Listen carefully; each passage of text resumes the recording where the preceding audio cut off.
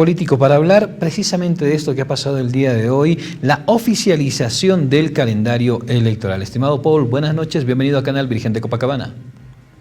Hola, ¿cómo están? Muy buenas noches, muchísimas gracias por la invitación. Y efectivamente el país que ya respiraba aire electoral ahora se oficializa. Ya hay un calendario electoral, ya hay una convocatoria, por supuesto, así que ya oficialmente vamos a tener, si así se lo permite, elecciones el 17 de agosto que cae domingo. Estamos a nada, la recta final de poder oficializar todas las alianzas, de repente las representaciones de los partidos políticos, y a nada de esto, Tuto Quiroga dice, momento, yo apoyo al bloque de unidad, sí, tienen todo mi apoyo, pero voy a ser candidato. Hay que tomar en cuenta lo siguiente, ha habido una larga y extensa pre-campaña electoral, porque en este momento no tenemos candidatos, sino precandidatos como tal. El 19 de mayo es la inscripción oficial de candidaturas y ahí vamos a tener, obviamente, los candidatos oficiales. Lo que pasa es que ha habido un proceso de pre-campaña muy desgastante para la población y, por lógica, para los políticos. Entonces, ¿a dónde quiero llegar? El panorama todavía no está cerrado. El panorama electoral no está escrito en piedra. Puede pasar mucho de aquí hasta el día de la inscripción de candidaturas, por supuesto. Y eso es algo que también va a ser evidente en el sentido de no solamente la oposición como tal, sino el movimiento al socialismo. Que es importante lo que tú mencionas en este último punto. ¿Por qué? Porque el movimiento al socialismo todavía cuenta de manera oficial en sus filas con Andrónico Rodríguez, que es una figura que ha tomado mucha relevancia en las últimas semanas. Ahora, los adeptos a Evo Morales, que todavía son parte del MAS, indican que Andrónico va a acompañar a Morales en las elecciones de este agosto. Lo que no dejaron claro es si es que ya se tomó la decisión de que va a ser su vicepresidente o de qué manera lo va a acompañar o simplemente va a ser ese apoyo moral. Dentro de ese panorama de lo que antes era el oficialismo, ahora con Evo Morales, ¿a quién le conviene más la figura de Andrónico Rodríguez? ¿A Luis Arce Catacora o al expresidente?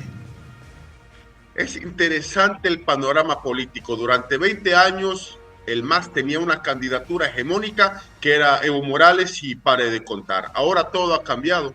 Evo Morales, además de estar inhabilitado para ser candidato, ya no es militante del MAS, ha quedado sin partido político y no puede ser candidato ni de su partido Evo Pueblo, porque no tiene personería, ni del Frente para la Victoria, con quien realizó, entre comillas, un acuerdo.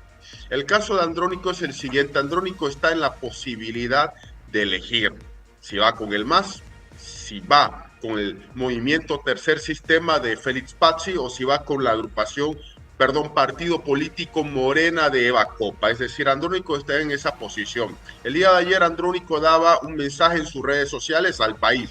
Y de ese mensaje hay dos aspectos elementales. El primero, da un paso firme hacia su candidatura presidencial.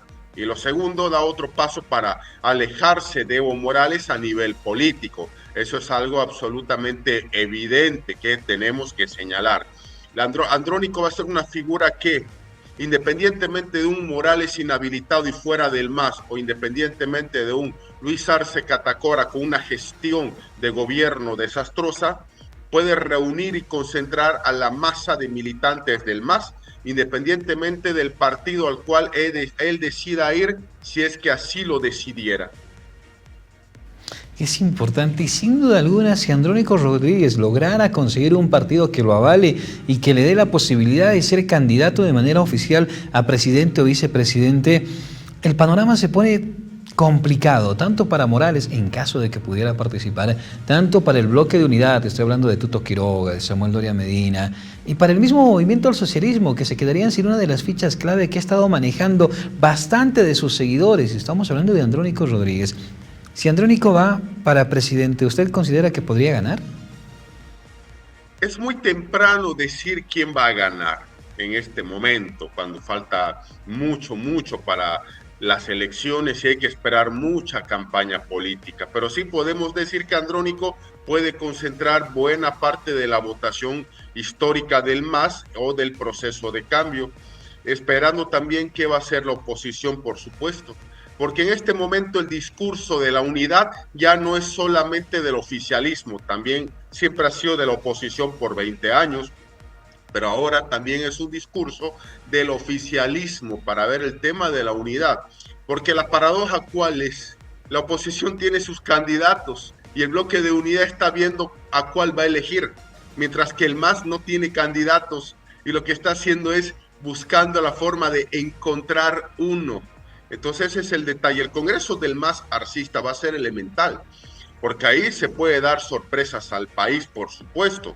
Entonces hay que estar esperando, y lo que yo decía hace rato al principio, el panorama no está definido, políticamente no está definido, es un panorama en este momento abierto y por lógica de mucha incertidumbre. Que ahora es el ciudadano quien de repente tiene que ir viendo cómo se va a gestar todo esto. Hasta el 18 tienen para poder inscribir las alianzas. A partir de ahí empieza la cuenta regresiva para conocer a quiénes van a ser los candidatos oficiales a presidente y vicepresidente. Pongamos un panorama virtual. Tuto Quiroga, Samuel Doria Medina, se van cada uno con un partido diferente a las presidenciables. ¿Eso es bueno para la oposición o eso es malo? De ninguna manera es positivo por la dispersión, porque no nos olvidemos que la oposición tiene 3 grupos. El primero, el bloque de unidad, Samuel Tuto Quiroga. El segundo, el grupo del medio, donde está Manfred y Chi. Y el tercero, que es el grupo de los emergentes. Dentro de esos emergentes está Rodrigo Paz Zamora, Edgar Uriona de NGP, por ejemplo, José Carlos Sánchez Berzaín. Es decir, hay un grupo tercero. Entonces, todos estos grupos, si van dispersos y se confirma, si se confirmara que Manfred y Chi van separados y que Tuto y Samuel van separados, hablaríamos de entre 8 a 9 candidaturas solo de oposición, frente a un MAS que no hay que subestimarlo por si acaso. Entonces, ese es el detalle. Ahora, va a cambiar radicalmente la figura si el MAS fuera dividido, que esa es otra posibilidad. Por eso decía hace rato, nada está cerrado, todo está abierto y no hay absolutamente más que expectativa para ver qué sucede en los próximos días. Que es importante, de repente, desde ese panorama tan disperso, la oposición está claramente fragmentada, el movimiento al socialismo también. Entonces, que un candidato logre sacar la victoria en una primera vuelta se hace prácticamente imposible. Vamos a tener una virtual segunda vuelta en la cual se va a definir el destino del país y esperemos que sea entre un candidato oficialista y un candidato opositor. En ese entendido, ¿quiénes tienen las mejores chances de llegar hasta esa segunda vuelta? Es posible una segunda vuelta, pero hay que aclarar lo siguiente: la segunda vuelta de los 2 más votados, presidente y vicepresidente. El 17 de agosto ya vamos a saber quiénes son en la Asamblea Legislativa, quiénes son los 130 diputados, los 36 senadores, los 9 supraestatales. La segunda vuelta solo es presidente y vicepresidente. En el hipotético caso el que un oficialista llegara contra un opositor, ahí la oposición tiene gran ventaja de obtener la victoria en segunda vuelta. Por eso es que el MAS, el oficialismo, va a apuntar absolutamente a ganar en primera vuelta porque la segunda se le complica. Alguien me dirá ejemplos. Claro que sí. En La Paz, Chuquisaca, Pando y Tarija. Recordemos que el 2021 fue la elección en segunda vuelta de gobernador. No nos olvidemos lo que pasó en nuestro departamento de La Paz, por favor.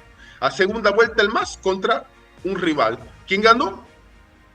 El MAS no ganó en ninguno de los 4 departamentos porque está más que demostrado que donde el MAS va 1 a 1 a enfrentar a su rival opositor unido, pierde.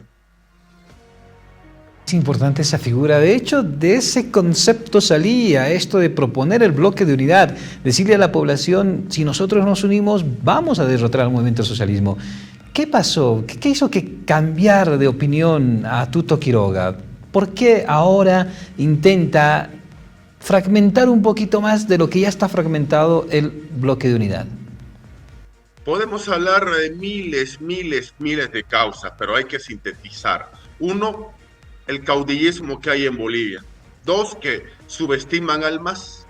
Subestiman que el MAS está muerto y derrotado. No, va a participar, va a tener sus escaños también, por si acaso, el MAS. Y tres, lo más importante, por supuesto, absolutamente que no están aprendiendo los opositores de los errores de hace 20 años atrás.